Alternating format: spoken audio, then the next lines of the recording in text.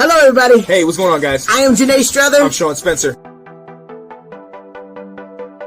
Back. We are back. We are back, ladies and gentlemen. I gotta go out and hold up. Come on. The lion. Here. The lion. You need to find me. Kirk Cousins.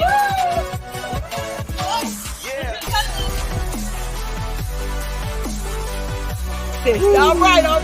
I am Janae Strother. I'm Sean Spencer. And this is Let's Talk Football.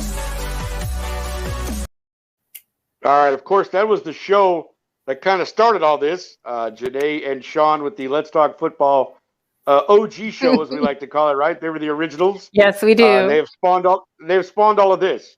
So we thank Sean and Janae for that. There's a show on every single day. Yeah, well, yeah, there is. I mean, we have Sometimes shows 2 or 3 everywhere. at a time. I mean, there's 3 shows on Tuesday now. We got the Right. NFC South Takeover. We got the Roundtable. Then the Fantasy Show is on after us. So you got your appetizer, meal, dessert, if you want to look at it that way. It's all good. Tuesday nights are phenomenal here on the Let's Talk Football family.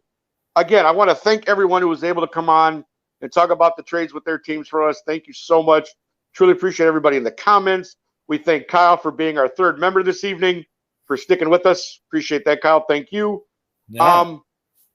Now is the time we get a little serious. So I'm going to let Kyle go first. If Kyle, you have a last thought, please share it with the class.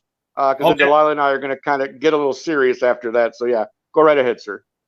Well, class, I'm going to start off by saying I want to give a quick little shout out to somebody that was in the comment section. Mr. Jack Spade from One Time for the Fan.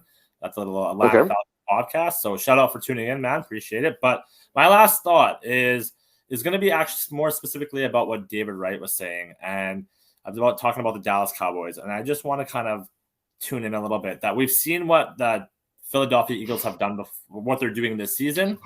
And we see that they're 7-0. But I don't want that to distract the rest of the league. We have seen this before. We have seen teams go 7-0. So this isn't an impossible feat. And ladies and gentlemen, it takes one game. And that's the beauty about the NFL. It takes one bad game to throw your whole season off. So, all those teams that are fighting, the 6-1s, the 5-2s, 6-2s, 5-1, all that stuff. Yeah. Honestly, keep fighting and don't show any remorse because anything can happen in NFL. So, it ain't over until it's over. That is my last thought. No, we appreciate that, sir. Thank you. Delilah, I'm going to go to you next. I'm going to bat cleanup this week on the old one last thought. So I'm going to go ahead and let you go next. Okay, so just kind of a couple of things. Today is in the United States, the first day of Indigenous Heritage Month. So take the time to learn about the first peoples that actually lived on this, on this land, on these continents. So take the time to educate yourselves. There's so much out there. Google is your friend. So do that time, kind of make sure that you do the work and kind of educate yourself on not just Indigenous histories, because Indigenous people still live. I don't understand. Like, they didn't disappear. That's all like lies and misinformation. They're still here. And so please try to educate yourselves on that.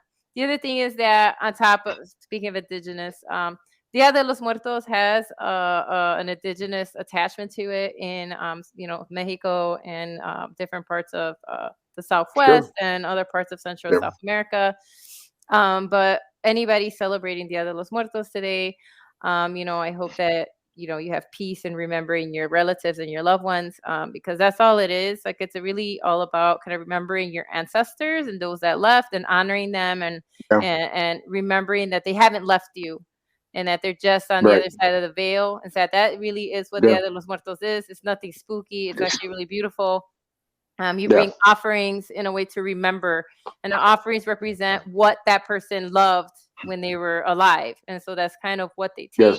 That's what the ofrenda is, and they feel that on these days, the connection is even stronger, and your relatives come back and, and then visit you. And so it's a beautiful tradition, a beautiful holiday, a beautiful culture. So everybody out there, take the time to remember those that are gone, because they're not gone forever, right? They're always with us, and you can carry those memories with you, and keep them alive that way. Keep them alive in your memories, because they're never too far behind. And so that's my one last thought.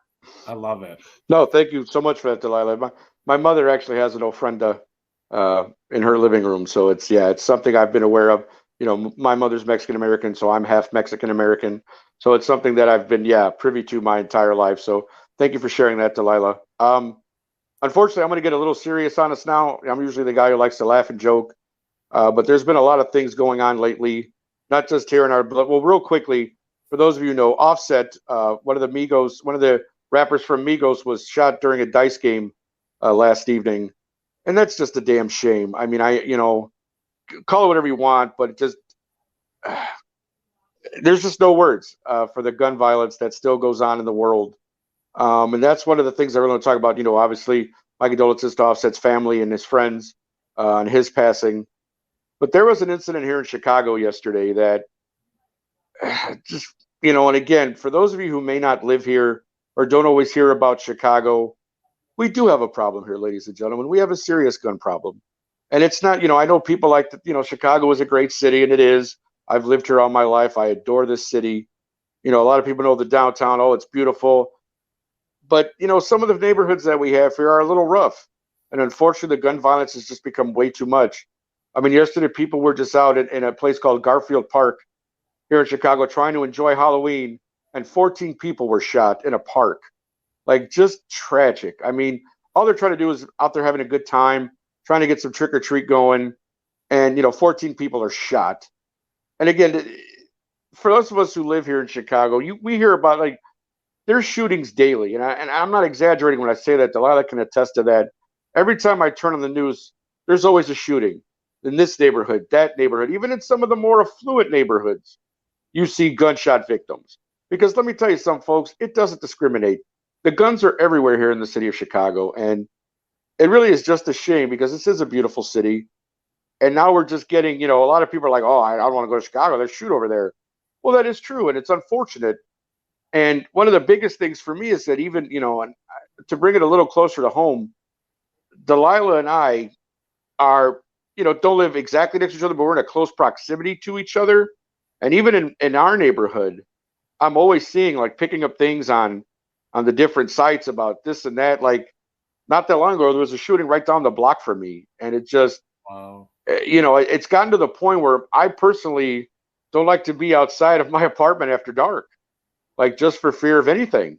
Like, my mom might be walking the dog, and, I try to tell her, she tries to go out before it gets dark just so she can walk the dog and come back in the house and not worry about anything happening to her. And it's really sad that it comes to that. And it's really terrible that you kind of have to live your life that way. Like, I try not to be out too late unless I know I have a ride for sure, so I can just get home, get out the car, and walk in my door. So I don't really have to walk through the neighborhood when it's dark out, because unfortunately, you just don't know.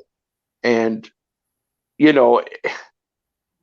it saddens me really, because a lot of times with these shootings and just the experience having here, a lot of innocent people have been shot and have died because of these gunshots, because they don't always hit the target that's intended. And there's other people around and they get caught in the crossfire, and it's really terrible. And I don't know, you can, I don't know, vote, right? Get politicians, talk to them, try to talk to your alderman, we have aldermen here in Chicago that are in charge of the different wards that we have. I mean, I don't know what can be done about it. I mean, again, my mother's actually talked to the alderman in our neighborhood about it. I know that for a fact. And it's like, what do you do? I mean, you got to try to get guns off the street, but,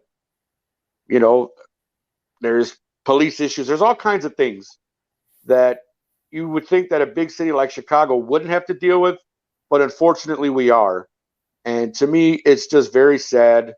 And, I hope that somehow it can correct itself, or we find a way to get it corrected, because I just think that, unfortunately, innocent people get shot all the time, and it's just not right. However you feel, it's just not right. And I'm just going to say it like that.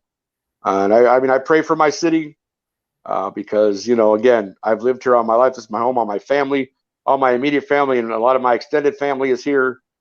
And, I probably never get a phone call like that somebody in my family happened to be in the wrong place at the wrong time and something happened to them. So, again, I just wanted to bring that up. Again, like I said, I know I always like to be the funny guy and make jokes and all that stuff, but this really hit close to home in general, just with all the violence that has been going on here in Chicago. And so I wanted to say something about it. So thank you for listening to me. I appreciate that. But yeah, it's a problem I hope that we can find a solution for, and I hope we can somehow manage to get that fixed. Thanks for watching. If you like that clip, be sure to check out the other great content from the Let's Talk Football community. And as always, please like, subscribe, and hit that notification bell so you'll be notified when more great content like this becomes available.